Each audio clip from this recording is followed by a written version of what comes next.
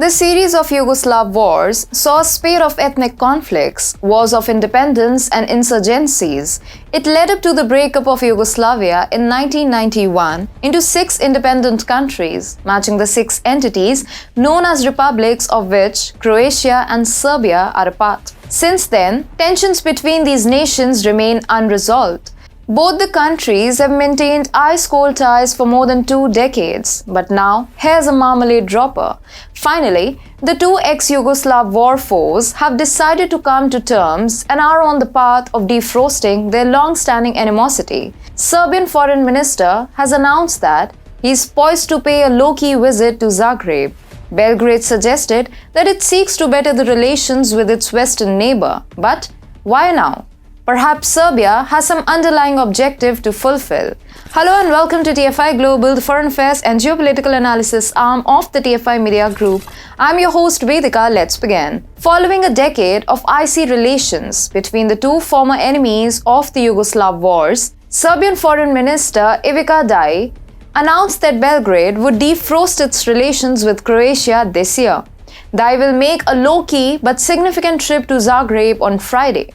The warming up was started by Serbian President Aleksandar Vučić, and according to Danas HR, Vučić's foreign ministry, Serbia would work to improve relations with its western neighbors in the future.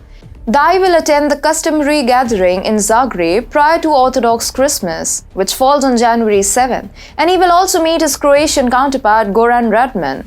We must have a dialogue, and I expect an active and honest dialogue from Serbia. Stability and good relations are in our interest, Radman said. We are interested in crucial questions: the issue of missing persons, compensation for those held in wartime, prisoner camps, trials of war criminals who may still be at large. And that really clears universal jurisdiction. Things will have to change, he explained. You see, last year Serbia said it would indict senior Croatian officials for alleged war crimes during a 1995 Croatian offensive, invoking universal jurisdiction, a legal principle that allows a country to claim criminal jurisdiction in case of serious crimes committed by a foreign national residing in other country. But now, things seems to fall into place for both the nations, according to Danas HR, in order to encourage the 2 governments to focus on resolving issues rather than igniting disputes. Leaders of ethnic Croats in Serbia and Serbs in Croatia signed a declaration of cooperation prior to the visit. Now, what draws attention is the fact that long-standing animosity between the nations is now about to reach a dead end soon. Let's connect the dots here. We all know the continent of Europe has been taken over by migrants. European countries are inundated with migrants from all across the world, especially war-ravaged Ukraine. This Central European nation claims that the migrant influx in recent times is comparable to the height of the migration crisis in 2015 and 2016. We are even aware of the EU's intentions of entrapping migrants in the Balkans, which is why it granted the Schengen visa system to Croatia instead of Bulgaria and Romania.